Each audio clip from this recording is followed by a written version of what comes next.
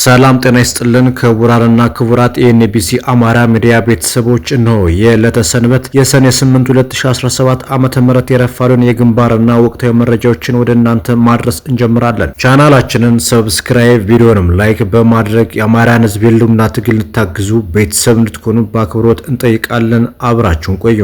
ፋኖ ከባድ ጥቃት እየፈጸመ ነው። መከላከያ ሰራዊቱም እየከዳ ፋኖን እየተቀላቀለ ነው። ማታ ላይ ኬላ አካባቢ ይልከሰከስ ከነበር የጠላት ኃይል ላይ እርምጃ ተወስዷል። የደፈጣ ኤክስፐርቶቹ የአፋባ ጎጃም ቀጠና ጎጃም አገው ምድር 3ኛ ክፍለ ጦር 10 አለቃ የፍሬም አጥራፉ ብርጌድ ሻለቃ 2 ረመጦች ሰኔ 7 2017 ዓመተ ምህረት ከጠላት ላይ በወሰዱት የደፈጣ ጥቃት ብዛት ያለው የአብይ አህመድ ታጣቂ እንደወጣ ቀርቷል። ከአዲስ ቅዳም ከተማ ወደ ዳንገላ ከተማ ከሚወስደው መስመር መካከል አሸዋ ቀበሌ አካባቢ ኬላ ዘርግቶ አላፊ አግዳሚውን እየዘረፈ ከሚተዳደረው የአሸባሪው ብልጽግና ታጣቂ ቡድን ላይ በተወሰደ የደፈጣ ጥቃት በጠላት ላይ ከፍ ያለ ሰብአዊና ቁሳዊ ኪሳራ ማድረስ ተችሏል። ኦፕሬሽኑ አመሻሽ 11 ሰዓት ተኩል ተጀምሮ እስከ ምሽት 12 ሰዓት ድረስ ለ30 ደቂቃ የቆየ ውጤታማ የደፈጣ ኦፕሬሽን ሲሆን በዚህ ለ30 ደቂቃ በቆየ የደፈጣ ጥቃት 8 የአሸባሪው ጸረ አማራ ቡድን ታጣቂዎች ወዲያውኑ ሲደመሰሱ ከ6 በላይ ቁስለኛ በመሆን ከአዲስ ቅዳም ከተማ ተንቀሳቅሶ በደመ ነፍስ እየተኮሰ በተሽከርካሪ ተጭኖ በደረሰ የአብይ አህመድ ፈረስ መከላከያ ተለቅሞ በመነሳት 6 ቁስለኛ ወደ ሆስፒታል፣ 8ቱ ደግሞ የተደመሰሱት ድለቢሶች ወደ ጅምላ ቀብራቸው በከባድ መሳሪያ ታጅበው ተወስደዋል። አጠቃላይ ትናንት ሰኔ 7 2017 ዓመተ ምህረት በተደረገ የደፈጣ ጥቃት 8 የብልጽግናው ታጣቂ ሲደመሰስ የጠላትን ፓትሮል ያሽከረክር የነበረውን አሽከርካሪ ጨምሮ ከ6 በላይ የሚሆኑት ከባድ ቁስለኛ ሆነዋል ሲል ፋኖ ተሻገር አደመ የ10 አለቃ የፍሬም አጥናፉ ብርጌድ ቃል አቀባይ መረጃውን አጋርቶናል። በላይ ዘለቀ 8ኛ ክፍለ ጦር አባ ኮስትር ብርጌድም 3 ቦታዎች ላይ ጥቃት ፈጽሟል።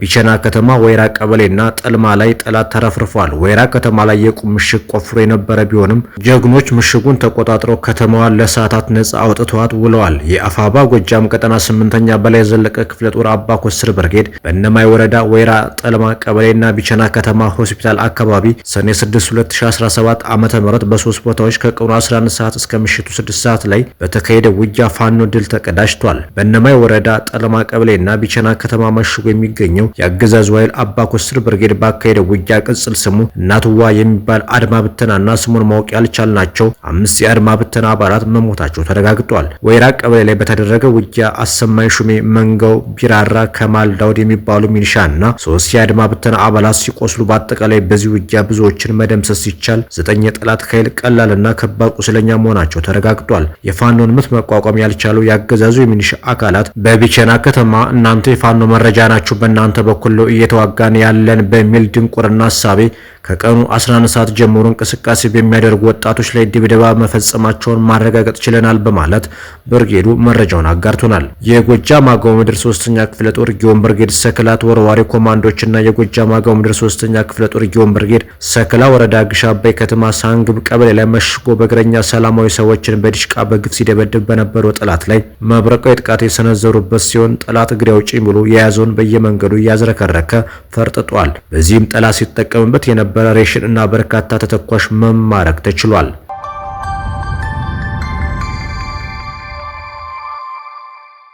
በየትኛው ፖለቲካዊ ይዘት ባለው ትግል ውስጥ በጉልበት የሚሆን በሌላ መንገድ በተገነባ ስርዓተ መንግስት ውስጥ የመረጃና ደህንነት ስራ ሁሉንም ጉዳዮች የመወሰን እጣ ፈንታ አለው። በመረጃና ደህንነት ስራዎች ውስጥ ፖለቲካና ዲፕሎማሲ፣ ኢኮኖሚና ወታደራዊ ጉልበት አለ። በጦርነት ውስጥ ደግሞ ሁሉንም አይነት ውጤት የሚወስነው መረጃ ነው። በረዥም ዘመን የጦርነት ታሪኮች ውስጥ አሸናፊዎቹ ድል ያደረጉት፣ ተሸናፊዎችም የተሸነፉት በዋናነት አንዱ በሌላኛው ላይ በሚኖር የኃይል የበላይነት ብቻ ሳይሆን የመረጃ ብልጫን በመውሰድ ነው። በሀገራችን ታሪክ እንኳን የኢትዮጵያን የቅኝ ግዛት ትግሏን አሸናፊነት የወሰነው የአርበኞቹ የጦር ሜዳ ግንባር ተጋድሎ ብቻ ሳይሆን እንደ ባሻ አውሎም አይነት የመረጃና ደህንነት ሰዎች በፈጸሙት ጀብድ ነው።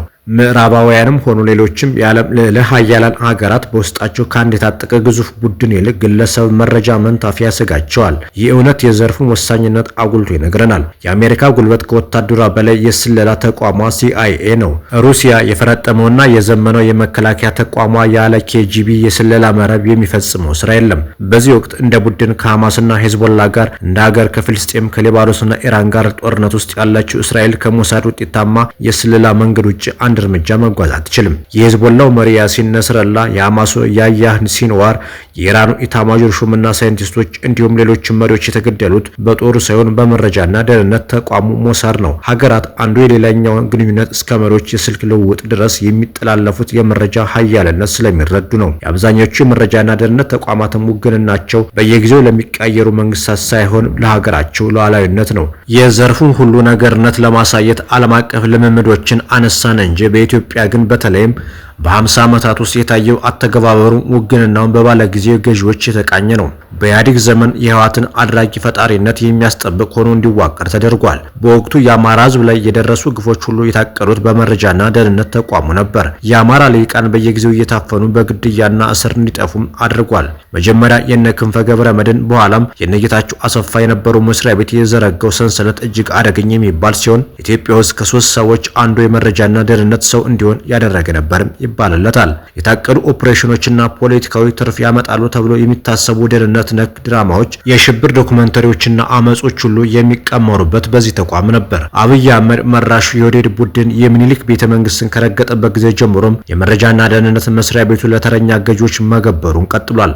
በ6 ዓመታት ውስጥ 4 አለቃ የተቀየረለት ተቋሙ በእነዚህ ዓመታት ሙሉ በሙሉ የብልጽግና ተልዕኮ መፈጸሚያ መሳሪያ ሆኖ ከርሟል። ከጀነራል አደም መሐመድ እስከ ደመላሽ ገብረ ሚካኤል፣ ከተመስገን ጥሩነህ እስከ ሬድዋን ሁሴን በተለያየ የፊት አንድ አይነት መንግስታዊ ወገንተኝነትን ሰርተውበታል። ዛሬም በዚህ ተቋም ወጣቶች፣ ግለሰቦች እየታፈኑ ይሰወራሉ። ይህንን ለማስቆም በአማራ ህዝብ ትግል ውስጥ የመረጃና ደህንነት ዘርፉ በትኩረት ሊሰራበት እንደሚገባም ይነሳል። የአማራ ፋኖ የተቋም ግንባታ ሂደቱን መሰረት ማስያዝ መጀመር ያለበትም ከደህንነት መዋቅሩ ነው ተብሏል።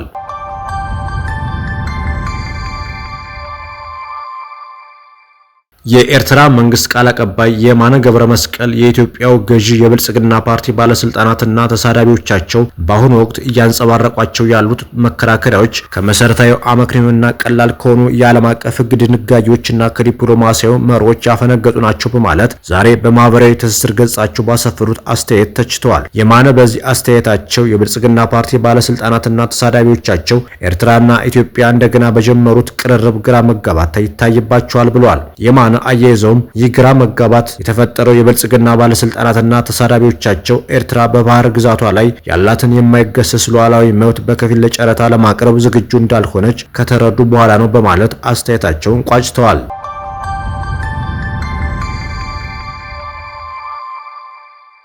እስራኤል የከፋ አዲስ ጥቃትን በኢራን ላይ አደረሰች። የእስራኤል አየር ኃይል በኢራን ምድር የተለያዩ ቦታዎችን በግምት ውስጥ አስገብቶ መጠነ ሰፊ ጥቃት ሰነዘረ። በሁለቱ አገራት መካከል ያለው ግጭት ከዚህ ቀደም ታይቶ በማይታወቅ ሁኔታ እየተባባሰ ባለበት በዚህ ወቅት እስራኤል በቴህራን ላይ ተከታታይ ከባድ ጥቃቶችን መፈጸሟን አስታውቃለች። በዚህም ቁልፍ የነዳጅ ማከማቻ ስፍራዎች በእሳት እንደተያያዙ ተዘግቧል። እነዚህ ጥቃቶች የኢራንን የመከላከያ ሚኒስቴር ዋና መስሪያ ቤትንም ኢላማ ያደረጉ እንደነበር በእስራኤል በኩል ተገልጿል።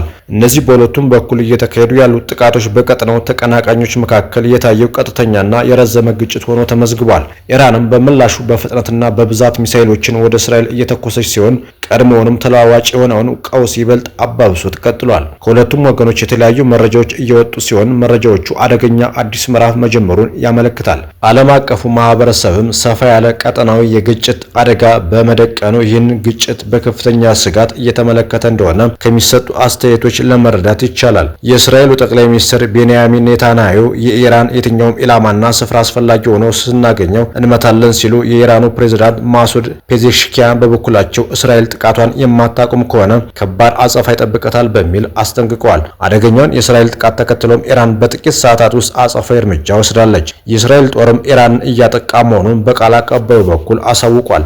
መጠነ ሰፊውን ጥቃት በኢራን ላይ እያደረስኩ ነው የሚል መግለጫ የሰጠው አይዲኤፍ ለ40 ሰዓታት ያለምንም እረፍት 150 ኢላማዎችን መትቻለሁ ብሏል። ላለፉት 24 ሰዓታት የጥቃት ዋነኛ ኢላማ ቴህራን ነበረችም በሚል ይፋ አድርጓል። እስራኤል ለዚህ ጥቃቷ ከኢራን በኩል አደገኛ የሚሳኤል ማዕበል በሰዓታት ውስጥ እንደሚዘንብ የቴህራን መገናኛ ብዙሃን አሳውቀው ነበር፣ ተፈጽሟልም። በሌላ ዜና ፑቲንና ትራምፕ በኢራንና እስራኤል ውጥረት ዙሪያ ምክክር ማድረጋቸው ተገልጿል። የሩሲያው ፕሬዝዳንት ቭላዲሚር ፑቲንና የአሜሪካው ትራምፕ በአሳሳቢው የኢራንና እስራኤል ጉዳይ ላይ መክረዋል። የዋይት ሀውስና ክሬምሊን ፖለቲከኞች በመካከለኛው ምስራቅ ያለውን ውጥረት ማርገብ ስለሚቻልበት እድል በስፋት ተወያይተዋል። ፑቲንና ትራምፕ በስልክ የመከሩ ሲሆን ፕሬዝዳንት ማሱድ ፔዜሽኪያን እና ጠቅላይ ሚኒስትር ቢንያሚን ኔታንያሁ ለመፍትሄ እንዲሰሩም አሳስበዋል። የክሬምሊን የውጭ ፖሊሲ ረዳት ግጭቱን መቆም እንዳለበት ሁለቱ መሪዎች ተናግረዋል ሲሉ መረጃውን አጋርተዋል። ፕሬዝዳንት ቭላዲሚር ፑቲን እስራኤል በኢራን ላይ የፈጸመችውን ጥቃት በስልክ ውይይቱ ሰዓት አውግዘዋል። መሪዎቹ ለ50 ደቂቃ ያህል የተነጋገሩ ሲሆን ትርጉም ያለው ሀሳብ ተለዋውጠዋልን በማለት የዋሽንግተን ፖስት ዘግቧል። ኢራን ደግሞ እየተመታን አንደራደርም ብላለች። የኢራኑ ፕሬዝዳንት ማሱድ ፔዜሽኪያን የእስራኤል ጥቃት እየቀጠለ ባለበት አጋጣሚ ምንም አይነት የኒውክሌር ንግግር ከአሜሪካ ጋር አይኖርም ብለዋል። ፕሬዝዳንቱ ከፈረንሳይ አቻቸው ኢማኑኤል ማክሮን ጋር በአሁናዊ የጸጥታ ጉዳዮች ላይ መምከራቸውን አልጀዚራ ዘግቧል። ማክሮን አስፈሪውን ውጥረት አገራቱን እንዲያበርዱት ያስጠነቅቁ ሲሆን ቴሄራን በተቻለ ፍጥነት ወደ ኒውክሌር ድርድሩ እንድትመለስም ጠይቀዋል። ዶናልድ ትራምፕም ቢሆኑ ኢራን የኒውክሌሩን ጉዳይ ችላ ማለት የለባትም ትደራደር በሚል እየዛቱባት ነው። ያም ሆኖ ግን የኢራኑ ፕሬዝዳንት ማሱድ ፔዜሽኪያን እስራኤል እያጠቃችን በጠረጴዛ ዙሪያ እንድደራደር ብለን አንቀመጥም ሲሉም አረጋግጠዋል። ዛሬ እሁድ አሜሪካና ኢራን በኒውክሌር ጉዳይ ላይ ለመደራደር ቀጠሮ ቢይዙም በአዲሱ ውጥረት ምክንያት መሰረዙ ተሰምቷል ሲል አልጀዚራ ዘግቧል። እንደሚታወቀው እስራኤል የፈጸመችውን ጥቃት ተከትሎ ኢራን አጻፋዊ ሚሳኤሎችን ያስወነጨፈችበት የሁለቱ አገራት ፍጥጫ ሶስተኛ ቀኑን ይዟል። እስራኤል በተደጋጋሚ አርብ ምሽት በፈጸመችው ጥቃት በርካታ ኢላማዎችን መምታቷን አስታውቃለች። በቴህራን የመኖሪያ ህንፃ ላይ በተፈጸመ ጥቃት 20 ህጻናትን ጨምሮ 60 ሰዎች መሞታቸውን የኢራን መንግስታዊ ሚዲያ ትናንትና ዘግቧል። በኢራን አጻፋዊ የሚሳኤል ጥቃቶች 3 ሰዎች ሲገደሉ በርካታ መቁሰላቸውን ባለስልጣናት ተናግረዋል። አሜሪካ ወደ ግጭቱ እንድትገባ ከተደረገች ሁኔታዎች በበለጠ ሊያገረሹ ይችላሉም ተብሏል። ኢራን ሚሳኤሎችን የምታስወነጭፍ ከሆነ መዲናዋ ቴህራን ትቃጠላለች ሲሉ የእስራኤል የመከላከያ ሚኒስትር እስራኤል ካትዝ አስጠንቅቀዋል። የእስራኤል መከላከያ ኃይል 9 የኒውክሌር ሳይንቲስቶችንና ባለሙያዎችን ገድያለሁም ብሏል። ጦሩ ሐሙስ ለአርብ አጥቢያ በፈጸመው ተከታታይ ጥቃት የገደላቸው የኒውክሌር ሳይንቲስቶች 6 ናቸው ብሎ ነበር። ኢራን በእስራኤል ላይ እየወሰደች ያለችውን አጸፋዊ እርምጃ ለማስቆም አሜሪካ፣ ፈረንሳይ እና ዩናይትድ ኪንግደም እስራኤልን የሚያግዙ ከሆነ በቀጠናው የሚገኙ የጦር ሰፈሮቻቸውን ኢላማ እንደምታደርግ ማስጠንቀቋን የኢራን መንግስታዊ ሚዲያ ዘግቧል።